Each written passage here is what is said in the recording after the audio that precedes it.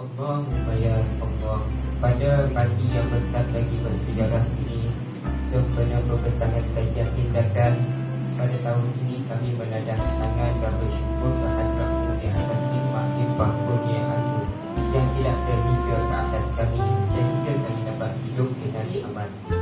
Saya melihat tim untuk tahun ini seramai 15 orang guru-guru yang baru dilantik, baru bertugas di sini. Melihat kajian tindakan ini sebagai satu sumber di mana you boleh berkarya dan solve problem itu yang melibatkan PDP masing-masing di dalam bidang masing-masing mengikut subjek barangkali sokong spesifik. Pembentangan kajian tindakan dimulakan dengan menjemput pembentang yang pertama, iaitu Matris Mapang Anak Jamba dengan tajuk kajian Teknik Nemtek Alat Mengenal Huruf dan Membaca Perkataan Bahasa Melayu. Dipersilakan. Saya mendapati seorang budak dalam tingkatan 1 excellent tidak dapat membaca. Saya beritahu dia, okey, cuba baca soalan yang dalam buku teks. Tetapi budak tersebut tidak dapat membaca dan dia melihat saya kembali. Dia melihat saya tanya, kenapa tak baca? Saya tak faham cikgu dan saya tak pandai membaca. Okey, kalau kamu tak pandai membaca, tolong baca satu perkataan yang mudah saja, iaitu BUKU. Cuma baca ni harinya 20 Oktober 2022 saya menggunakan penggunaan teknik Nemtek dalam membaca perkataan.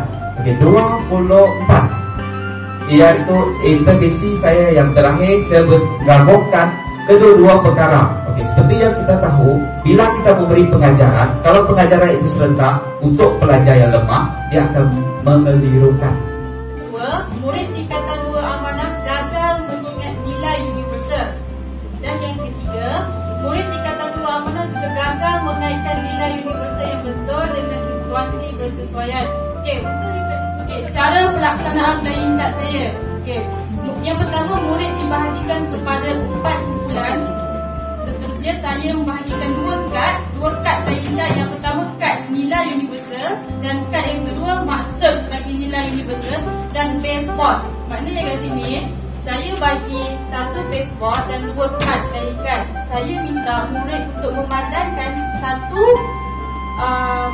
nilai universal dan maksud. Maknanya diorang kena cari pasangan sendiri.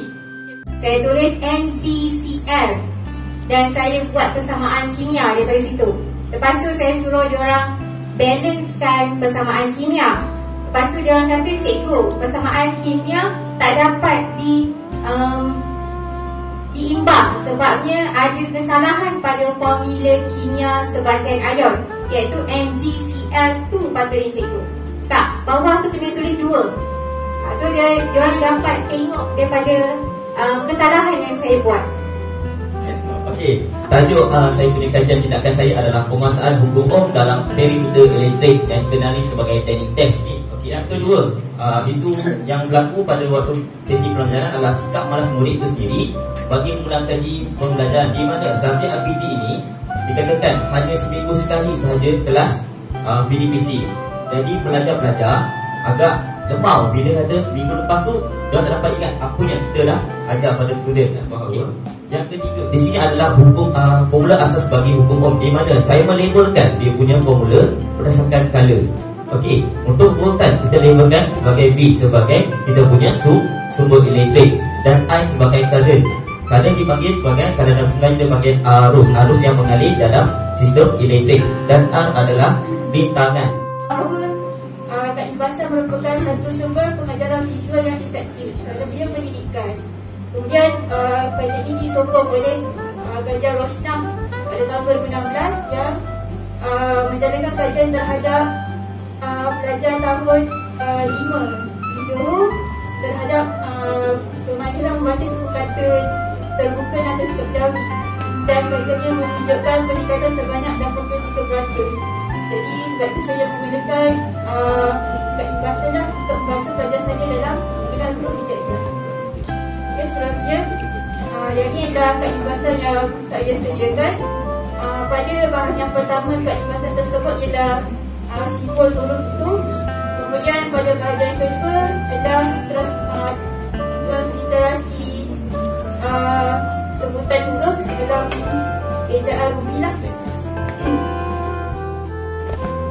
Okey, ini adalah pencapaian geografi dalam peperiksaan ujian bulanan 1 bagi pelajar saya iaitu kelas 3A.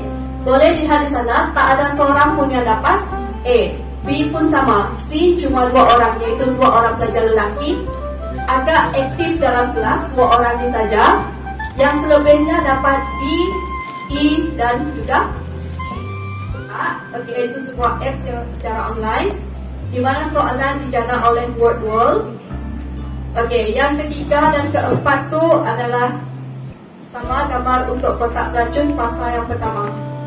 Dan yang tengah tu murid dah mula selesa dengan saya selepas intervensi lovely teacher.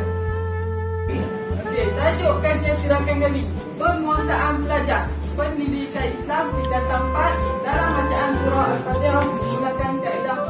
Walaupun bacaan lancar sampai semua habis, tapi dua tu letak semua sama, 15 orang tu semua sama je. Tak ada beza pun. Okey, seterusnya. Okey, tanya video. Yang tanya video saya beritahu tadi tu lah, macam mana sebutan yang semua tu. Lepas dia tengok saya video, kami bantu pula. Saya pula sebut macam mana. Okey, dekat mana? Urus guys. Dalam buku teks tingkatan 1 muka surat 13140 pelajaran yang ke-23. Tapi untuk pelajaran ini termasuk dalam buku muka surat 133. Okey, ini untuk tingkatan 1. Cepat. Al-Fatihah ini dia ada di ajar melalui tingkatan 1 dia dah ajar. Dalam bab tekah, bab solat, bab ke-23. Okey, ini adalah tindakan pra. Okey, berdasarkan apa yang dirundukkan, apa yang dibacakan di hadapan, ini adalah keputusan hasil ujian pra. Dalam kelas tersebut ada yang tidak boleh, bukan dia tak boleh baca langsung, cumanya ada perkataan-perkataan macam yang di-adjust dalam 4 atau 5 huruf, seperti kataan sungai akan disebut sebagai sungai, dia tak sebut jadi sungai. Dan dalam proses pengajaran, dan juga kita menggunakan program mentor-mentee, yakni kita menggunakan rakan-rakan mereka sendiri untuk mengajar mereka. Sebab kita lakukan pengajaran antara pelajar dan pelajar dilakukan secara berterusan, maksudnya sampai ke hari ini pengajaran tersebut dilakukan. Banyak murid yang keliru dengan proses mitosis tersebut. Okay? Dan terutamanya murid tidak mahir dalam melukis keadaan pelakuan kromosom pada peringkat pembahagian sel dan tidak dapat melabel proses dengan tepat. Okay? Itu yang saya dapat daripada hasil selepas mengajar mereka untuk topik pembahagian sel ini. Okay? Okay, yang pertama adalah teknik meninjau. Okay, di mana teknik ini saya akan menunjukkan video berkaitan dengan proses mitosis. Okay. Proses mitosis ni dia ada 4 proses yang perlu belajar tahu dan perlu tahu proses dia serta label dia dan dengan tepat. Okay. Dan selepas saya menunjukkan video, okay, barulah saya akan menunjukkan gambar objek pegun. Okay, gambar objek pegun yang berkaitan dengan mitosis. Tajuk kajian tindakan saya adalah 3 Stray 1 Stay, iaitu meningkatkan kefahaman murid tingkatan 4 dalam topik asas nombor. Saya juga tidak dapat menguasai topik tersebut dengan baik dan gagal menjawab soalan ujian bulanan 1 dan juga soalan pra yang telah saya sediakan. Okey, yang ketiga, kaedah pengajaran yang digunakan juga tidak berkesan kerana hanya menggunakan kaedah pengajaran konvensional iaitu chalk and talk. Okay, yang murid dibahagikan kepada 4 kumpulan iaitu 4 tajuk. Tajuk yang pertama adalah penukaran asas daripada asas 2 kepada asas 8. Penukaran asas yang kedua, penukaran asas daripada asas 8 kepada asas 2. Yang ketiga, tajuknya adalah penukaran asas daripada asas lain kepada asas 10. Yang tajuk terakhir adalah penukaran asas daripada asas lain ke asas lain. Ialah pelajar menulis jawapan dalam bentuk esei berdasarkan markah yang diperuntukkan. Okay, seterusnya, ini adalah yang saya perkenalkan kepada pelajar. Dia punya rangka politik, ekonomi dan sosial. Contoh-contoh politik, pelajar kebanyakannya tidak tahu apa maksud politik. ekonomi pun kita tahu dan sosial. Jadi saya mendedahkan kepada mereka maksud dan contoh-contoh yang mereka boleh gunakan dalam membuat esei. Next. Okay, ini maksud dan contoh setiap faksi itu. Saya berani jamin, bukan saya bandingkan, tapi saya berani jamin bahawa cikgu perdana pun akan ada masalah kan kalau bertanya dengan student, semua tunduk kepala tanggungjawab. Sebab saya zaman sekolah pun saya macam tu. Jadi murid pendidikan khas, mereka tak ada masalah untuk menjawab soalan, mereka tak malu. Walaupun tak diminta pun mereka akan bercakap juga. Macam itulah kan, benda tu betul apa yang mereka nak. Pergi jalan pusing, patah balik masuk dalam. Bukan sekali, bangun balik, pergi jalan pusing, patah balik masuk dalam. Jadi benda itu agak kekerapan itu agak tinggi dan selalu terjadi. Dan ada juga di antara pelajar-pelajar kami yang ada masalah pendengaran. Jadi bila dia ada masalah pendengaran, dia bercakap dengan kuat itu kadang-kadang agak mengganggu rakan-rakan yang lain. Jadi rakan-rakan bila dengar tu, kau bising lah, kau diam sikit. Bila cakap itu, kawan tu pun membalas balik. Pasal tiada intervensi. Jadi di sini kita boleh nampak sebenarnya jika intervensi ini diteruskan dalam jangka masa panjang, kita boleh menghilangkan. Agak sukar sebenarnya. Jadi sebab tu kami memfokuskan kepada mengurangkan dahulu. Jadi kita boleh kurang, lama-lama benda tu kita boleh hilangkan tingkah laku tu. Sebelum itu masuk kelas mengajar. Sekarang saya masuk kelas tidak semestinya mengajar. Mungkin berbola dengan dia orang, buat lawat dengan budak, mau ice breaking, orang cakap ice breaking dengan budak-budak itu. Okey, kedua ialah latihan berunsur kehidupan dan hubungan antara guru dan murid.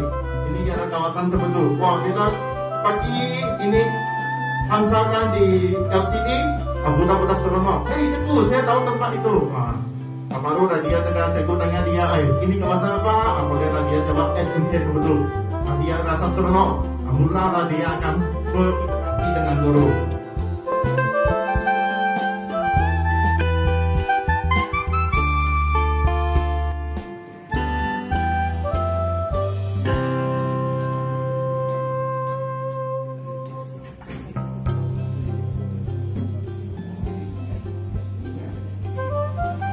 Yang pertama kali saya mengucapkan tahniah kepada semua. Jadi bukan kepada diri sendiri. Karena kajian tindakan telah menampakkan kemenjadian murid. Ya? Masalah pembelajaran, apa sebenarnya kajian tindakan guru? Memperbaiki cara pengajaran guru kan, pedagogi kan, amalan guru kan, profession guru kan. So dalam kajian tenaga cikgu, sepatutnya bagi pendapat kami tiga ini lah, sepatutnya cikgu dulu saya mengajar style ini, sekarang saya gunakan style ini kan. Jadi style ini nampaknya ada kesan, dia ada perbezaan. Okey, saya sangat teruja sebab kajian tindakan kita mula meletakkan kajian tindakan ini, membudayakan kajian tindakan ini tahun lepas. Kita dah meletakkan ketetapan kita setiap sekolah perlu menghasilkan sekurang-kurangnya satu kajian tindakan untuk kita memudahkannya. Okey, jadi oleh kerana kajian tindakan sudah menjadi satu keutamaan kita. Okey, untuk tahun lepas kita dah awal-awal cakap dengan, saya juga cakap dengan semua warga sektor pelajaran kepedestrian. Tahun ini kita akan buat kajian tindakan ini sebagai satu yang diberi keutamaan. Jangan buat alang-alang, kita buat sehingga kepada puncaknya program yang kita buat pada awal tahun ini.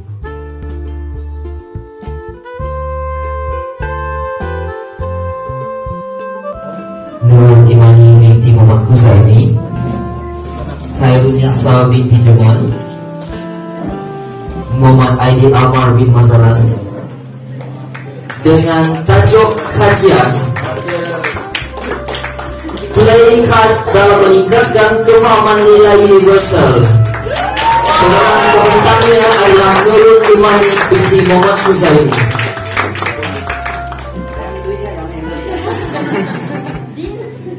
Baik, di tempat kedua dengan tajuk kajian teknik name tag, alat mengenali huruf dan membaca perkataan bahasa Melayu, Majlis Mapang Anak Jamba.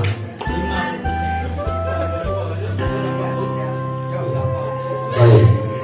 Dan Johan bagikan pembentangan kajian tindakan SMK Terbelu tahun 2022.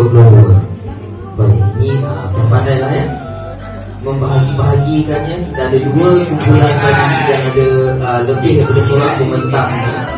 Okey, baik, saya umumkan pemenangnya dengan tajuk kajian mengurangkan tingkah laku mengganggu murid dari kaedah memberontakkan kawan dan buku ganjaran semasa sesi PDPC terhadap murid berkebutuhan khas. Pemenangnya adalah Nur Atifah binti Mokhtar, Nur Aini binti Bahrum dan Muhammad Afifi bin Mokhtar.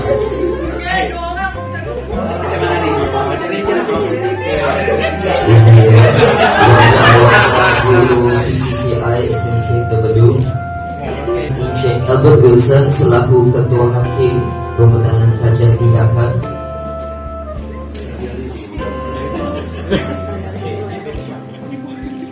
Seterusnya Puan Brenda Nyambus,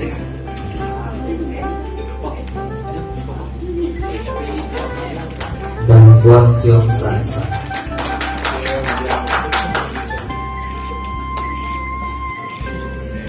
Dan akhir sekali penyampaian cenderamata daripada penolong kanan pentadbiran dan akademik SMK Terbelu, Encik Samjun Anak Nohan, kepada Encik Banda Anak Nota Timbalan Pegawai Pendidikan Daerah Serian Sektor Pembelajaran sebagai tanda penghargaan dan terima kasih yang tidak terhingga di atas kesediaan beliau bersama-sama mereka.